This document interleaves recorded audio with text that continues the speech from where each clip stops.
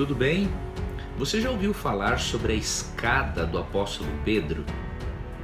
A escada do apóstolo Pedro, na verdade, são 8 virtudes que Deus deseja que desenvolvamos enquanto aguardamos a volta de Cristo.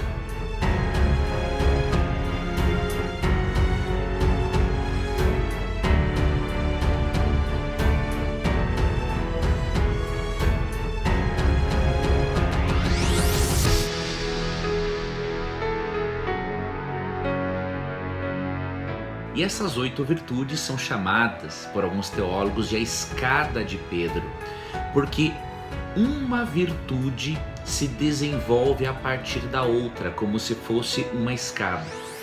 E neste momento eu quero analisar com você o significado de cada um destes degraus da escada, para ajudar a você e a mim a vermos em que degrau da escada, na verdade, nos encontramos neste momento.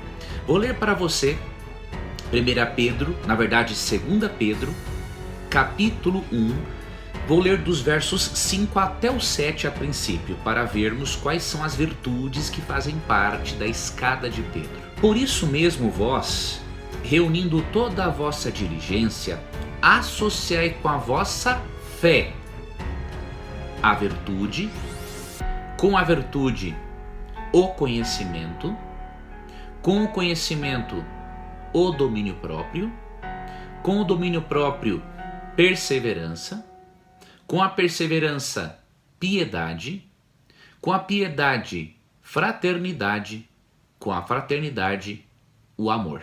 Você percebe que nessa escada de Pedro, uma virtude se desenvolve a partir das outras. E que nesta carta, que foi escrita entre 65 e 68 depois de Cristo, vemos neste capítulo o plano divino para o desenvolvimento do caráter cristão. Vamos então analisarmos o significado de cada um desses degraus da escada. Eu creio que você vai ter aqui um estudo bíblico bem significativo, bem gostoso de se fazer, e que vai lhe ajudar a ler esse trecho bíblico com outros olhos. A primeira virtude, ou o primeiro degrau da escada mencionado aqui, é a fé. Eu vou ler para você a definição de fé que se encontra em Hebreus 11, verso 1, na Bíblia de Jerusalém, que diz assim: a fé é a garantia dos bens que se esperam, a prova das realidades que não se veem. Isto é ter fé.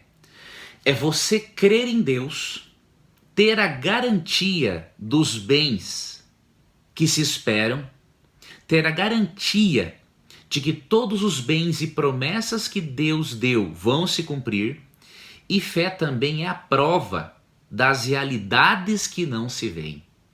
É por isso que precisamos desenvolver os olhos da fé, para contemplarmos desde agora as realidades que ainda não vemos, como por exemplo, a volta do Senhor Jesus Cristo. O fato de não vermos algo não significa que não exista. Simplesmente significa que no momento os nossos olhos não alcançam. Então é importante que você primeiramente tenha fé, que você creia em Deus, que você confie nele e que você, com a sua fé, tenha a garantia dos bens, das promessas que Deus fez a você, a garantia de que isso vai se cumprir, e que você tenha também a fé como uma prova das realidades que não se veem, mas que um dia você vai ver. Então esse é o primeiro degrau que precisamos subir e continuar desenvolvendo, chama-se fé.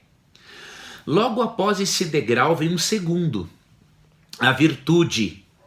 Essa palavra do grego arete significa excelência moral, uma vida equilibrada. Então Deus deseja que nós desenvolvamos excelência moral, que sejamos honestos em nossos negócios, em nosso dia a dia, que sejamos honestos nas pequenas coisas, que amemos a nossa família, que tenhamos paciência com os nossos filhos, que desenvolvamos um caráter puro. Óbvio que a santificação é um processo que leva a vida toda, eu vou mencionar isso depois.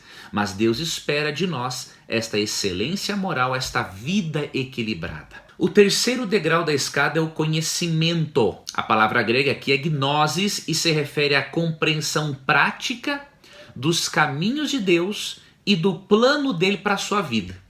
É mais do que um conhecimento intelectual, envolve sim, não é, o conhecimento intelectual, mas é mais do que isso, né? Além do conhecimento intelectual, esta palavra gnosis se refere a uma compreensão prática.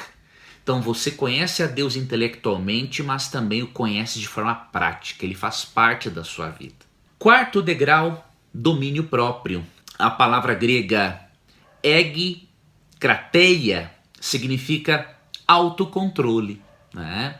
É você ter autocontrole sobre suas emoções, sobre os seus impulsos, sobre os seus impulsos pecaminosos e eu sobre os meus, né? E em Gálatas 5:23 nós vemos, né, que o domínio próprio inclusive faz parte do fruto do Espírito, né? E em Atos 24:25, vou ler para você, também menciona esta virtude quando diz assim: dissertando ele acerca da justiça, do domínio próprio e do juízo vindouro, ficou Félix amedrontado e disse: por agora podes retirar-te, e quando eu tiver vagar, chamar-te-ei. Quando Paulo pregou para Félix, né, sobre a justiça, domínio próprio e juízo, ele ficou meio que amedrontado. Ele não estava ainda nas condições dele, né, preparado para receber essa mensagem. Então, o domínio próprio também é uma virtude cristã que precisamos desenvolver. O quinto degrau da escada de Pedro se chama perseverança, né, da palavra grega hopumoné, significa permanecer sob. E em que aspecto? Aqui é uma perseverança que leva você a ter coragem em meio à adversidade. Esta é a perseverança que Deus quer que você tenha. Por exemplo, Romanos 5, verso 3. E não somente isto, mas também nos gloriamos nas próprias tribulações, sabendo que a tribulação produz perseverança.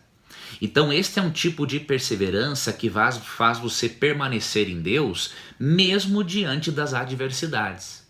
Por isso, se você desiste de Deus porque teve uma briga com o irmão da igreja, ou porque você não foi com a cara do pastor da igreja, eu vou dizer uma coisa: você não tem esta virtude cristã, você não tem este quinto degrau da escada de Pedro.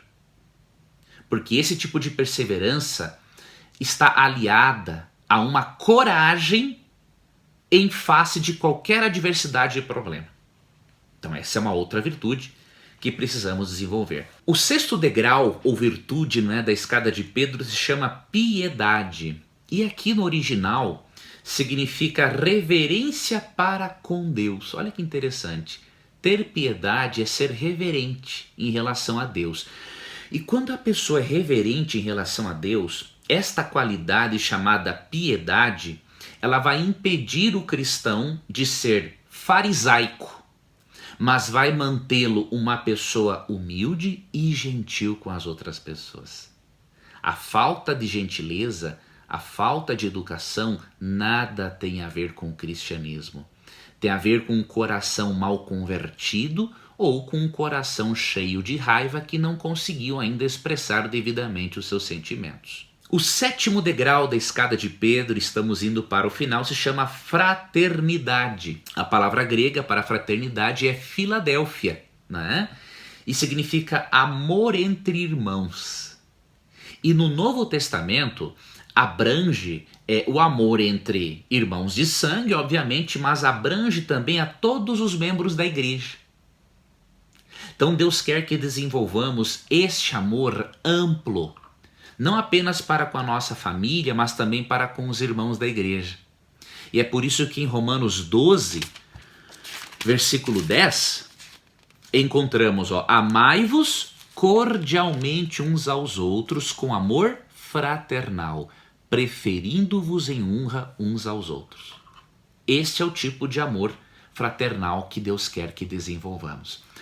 E o oitavo degrau da escada de Pedro, da escada da santificação, se chama amor.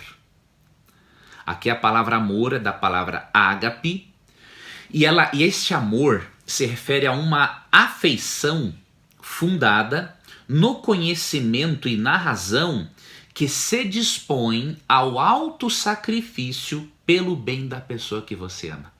É esse o tipo de amor que Deus tem para com o ser humano, ao ponto de ele se sacrificar em favor do ser humano. É este princípio ágape que liga Deus a Cristo e que liga Cristo à humanidade. E de acordo com 1 Coríntios 13, esta é a maior de todas as virtudes, o amor ágape, o amor incondicional, o amor sacrificial. E eu queria deixar para você aqui um texto que mostra a importância de desenvolvermos esse tipo de amor. Está em 1 João, capítulo 4, 7 a 11. Amados, amemo-nos uns aos outros, porque o amor procede de Deus. E todo aquele que ama é nascido de Deus e conhece a Deus. Aquele que não ama não conhece a Deus, pois Deus é amor. Nisto se manifestou o amor em nós, em haver Deus enviado o seu Filho unigênito ao mundo para vivermos por meio dele. Nisto consiste o amor, não em que nós tenhamos amado a Deus, mas em que ele nos amou e enviou o seu Filho como propiciação pelos nossos pecados. Amados, se Deus de tal maneira nos amou, devemos também amar uns aos outros. Pedro está dizendo que da mesma maneira que Deus nos amou, de forma sacrificial, entregando Jesus no nosso lugar, nós também devemos aprender a amar as pessoas de uma forma sacrificial, preferindo a elas muitas vezes do que a nós mesmos. Isto aqui não é algo que você e eu desenvolvemos de uma hora para outra.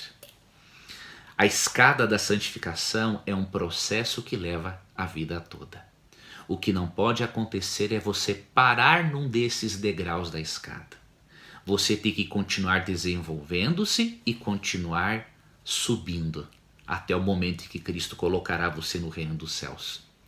E eu finalizo deixando para você aqui duas citações muito bonitas e equilibradas de Ellen White que se encontram no livro Atos dos Apóstolos, páginas 531 e 532, falando da perfeição cristã, porque Ellen White tinha uma visão muito bonita, não é, sobre a perfeição cristã. Ela fala, por exemplo, na página 531 o seguinte: ninguém precisa deixar de alcançar em sua esfera a perfeição do caráter cristão. Ou seja, cada pessoa vai alcançar a perfeição de caráter na sua própria esfera. Deus não coloca o ser humano numa caixinha como se todos fossem iguais. Alguns conheceram a Cristo há mais tempo, outros depois. Alguns vieram com tendências hereditárias piores do que outros. Então, o que é perfeição para um não é perfeição para outro. Depende do nível de espiritualidade e das condições com as quais você veio ao mundo. Então, este é um texto também muito importante.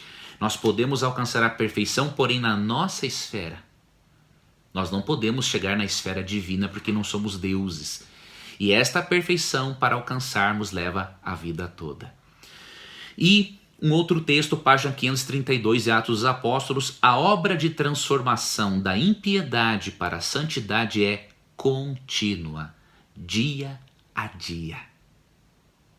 Todos os dias, você pode e deve pedir a ajuda do Espírito Santo para você desenvolver essas virtudes que compõem os degraus da escada de Pedro, para que você sempre suba de forma progressiva esta escada até o dia em que Cristo voltar e encontrar você preparado, preparada para a vida eterna. Que este vídeo tenha sido uma motivação a você a continuar crescendo, porque Deus coloca à sua e à minha disposição esta possibilidade. E se em algum momento você cair ou resvalar na escada, não tenha dúvidas de que Jesus estará com os braços abertos, com a mão estendida, para pegar você, levantar-lhe e lhe ajudar a subir novamente. ok? Que Deus guarde os seus passos e espero ter você em nosso próximo estudo. Um forte abraço e até mais.